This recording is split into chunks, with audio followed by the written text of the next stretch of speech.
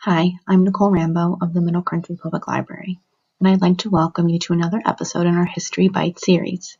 Today, we will discuss the shuttle Challenger, which tragically exploded 73 seconds after liftoff on January 28, 1986. NASA originally intended Challenger to be a test vehicle, according to the Kennedy Space Center. Rockwell International, an aerospace manufacturing company, began building the shuttle in November 1975, and then sent it to Lockheed Martin, another aerospace technology company, for structural testing starting on April 2, 1978. According to a statement by NASA, computer models at the time were not sophisticated enough to calculate the stresses on the shuttle during different phases of flight. The shuttle, then known as STA-099, went through 11 months of vibration testing in a specifically formulated rig. This custom-designed machine could bring the shuttle through a simulation of all phases of flight from liftoff to landing.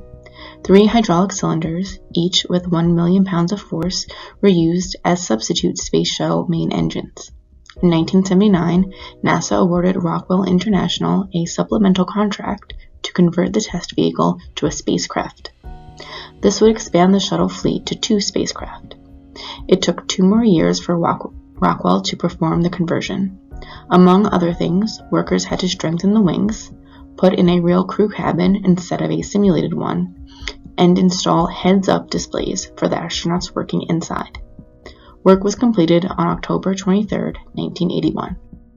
Challenger was expected to go into space on January 20, 1983, to release the first Tracking and Data Relay Satellite, TDRS, which later became part of a series of satellites that astronauts used to stay in touch with controllers back home. But several technical malfunctions pushed the launch back. First, NASA discovered a hydrogen leak in the No. 1 main engine aft compartment during a flight readiness test in December. In a second test on January 25, 1983, NASA discovered cracks in the engine that were causing the leak. The agency then took several months to remove the engines and test them. While engines No. 2 and No. 3 were deemed healthy, NASA replaced engine No. 1. After another delay due to a problem with the TDRS, Challenger launched successfully on April 4, 1983, on a mission STS-6. Crew members set the satellite free. Astronauts Story Musgrave and Donald Peterson executed the first spacewalk of the shuttle program. By January 1986, America was already bored with spaceflight. It was, in part, NASA's own fault. The government agency had debuted the Space Shuttle program 5 years earlier with an aggressive public relations message that the reusable vehicles would make access to space both affordable and routine. The projected frequency was more than 50 flights in a year. But had spaceflight become too routine? Even as the shuttle undertook fewer than 1/10 that many flights, excitement quickly waned. Television coverage slacked. Missions to conduct research, repair satellites, and build the International Space Station failed to ignite popular imaginations the way a moon landing had. For many Americans, shuttle flights carried little of the bravado and romance of the Apollo era. The launch of Shuttle Mission 51L on January 28, 1986 was different. All around the country, people were getting excited because, in addition to crew members Commander Francis Scobie, pilot Michael Smith, mission specialists Ellison Onizuka, Judith Resnick, and Ronald McNair, and Hughes aircraft engineer Gregory Jarvis, a teacher named Krista McAuliffe of Concord, New Hampshire, the winner of a national screening begun in 1984, would also be on board the mission. McAuliffe was to conduct at least 2 lessons from orbit and then spend the following 9 months lecturing students across the United States. The goal was to highlight the importance of teachers and to interest students in high-tech careers. As a civilian, she was PR gold, infinitely relatable and proof that space was now truly open to average Americans, not just hotshot fighter jocks. Kids nationwide would watch the launch live and know that no dream was beyond reach.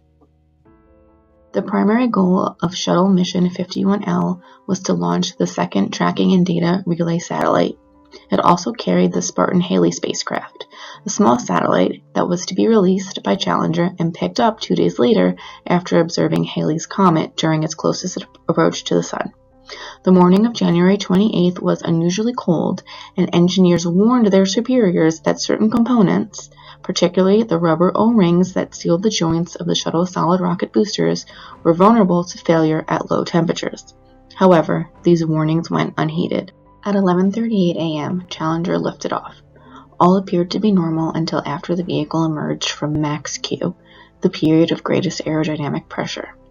Mission Control told Scobie, "Challenger, go with throttle up," and seconds later the vehicle disappeared in an explosion while hundreds on the ground, including the families of McAuliffe and the other astronauts on board, stared in disbelief as the shuttle broke up in a plume of smoke and fire. Millions more watched the wrenching tragedy unfold on live television. Within seconds, the spacecraft broke apart and plunged into the ocean, killing its entire crew, traumatizing the nation, and throwing NASA's shuttle program into turmoil. President Reagan spoke to the nation later that evening from the Oval Office. The crew of the Space Shuttle Challenger honored us for the manner in which they lived their lives. We will never forget them, nor the last time we saw them this morning, as they prepared for their journey and waved goodbye and slipped the surly bonds of Earth to touch the face of God. Salvage crews spent several weeks recovering pieces of the shuttle and carefully bringing up the remains of the 7 astronauts. Remains that could be identified were turned over to families, while the rest were buried in a monument to the Challenger crew at Arlington National Cemetery on May 20th, 1986. Meanwhile, the incident immediately grounded the shuttle program. An intensive investigation by NASA and a commission appointed by President Ronald Reagan and chaired by former Secretary of State William Rogers followed. Other members of the commission included astronauts Neil Armstrong and Sally Ride, test pilot Chuck Yeager, and physicist Richard Feynman. What emerged was an appalling pattern of assumptions that the vehicle could survive minor mishaps and be pushed even further. The ill-fated launch brought to the fore the difficulties that NASA had been experiencing for many years in trying to accomplish too much with too little money. Pictures of the shuttle on the launch pad showed a puff of black smoke issuing from the bottom of the right solid rocket booster. Video of the shuttle's flight showed that the smoke disappeared only to be replaced by a flame 66 seconds after launch. That flame grew alarmingly rapidly and was forced towards the big orange fuel tank by the slipstream as the shuttle rose even higher. Data on the ground confirmed that it was a leak in the booster, but no one could do anything about it. The solid rocket boosters couldn't be shut down, and there was no abort option while they were firing. That flame eventually burned through the shuttle's external tank, rupturing the liquid hydrogen tank milliseconds before the right booster crashed into the liquid oxygen tank. The two liquids mixed and exploded, destroying the orbiter with it. The source of the leak, as America soon learned, was traced to a tiny rubber part called an O-ring, which formed the seal between sections of the solid rocket boosters. It was just one of many known, quote, potentially catastrophic elements of the space shuttle, sensitive to a number of factors, including extreme cold. If exposed to near freezing temperatures, the O-ring lost its elasticity. The O-ring was known to be sensitive to cold and could only work properly above 53 degrees. But the O-ring would not have been a problem had NASA not chosen to launch on so cold a day. The coldest launch yet, according to an NPR interview with one of the shuttle engineers. While the engineer blames himself for not convincing NASA and high-level managers of the danger the cold presented, a U.S. House of Representatives report from the Committee on Science and Technology concluded that it was a long-standing failure in safety protocols, combined with an unsustainable launch rate that led to the disaster. The commission also found that during a teleconference some 12 hours before launch, vehicle engineers told NASA management about their concerns over the O-rings. Overnight temperatures were set to drop to 20 degrees, which raised an additional ice concern. An early morning inspection confirmed that the launch structure was covered in foot-long icicles, and no one knew what would happen if they broke off and became sharp debris. The risks were deemed appropriate for launch. In the wake of what happened with Challenger, NASA made technical changes to the shuttle and also worked to change the safety and accountability culture of its workforce. Flights began again in September 1988 with the successful launching of Discovery. Since then, the Space Shuttle carried out numerous important missions, including the repair and maintenance of the Hubble Space Telescope and the construction of the International Space Station. On February 1, 2003, a second shuttle disaster rocked the United States when the Space Shuttle Columbia disintegrated upon re-entry, killing all 7 people aboard.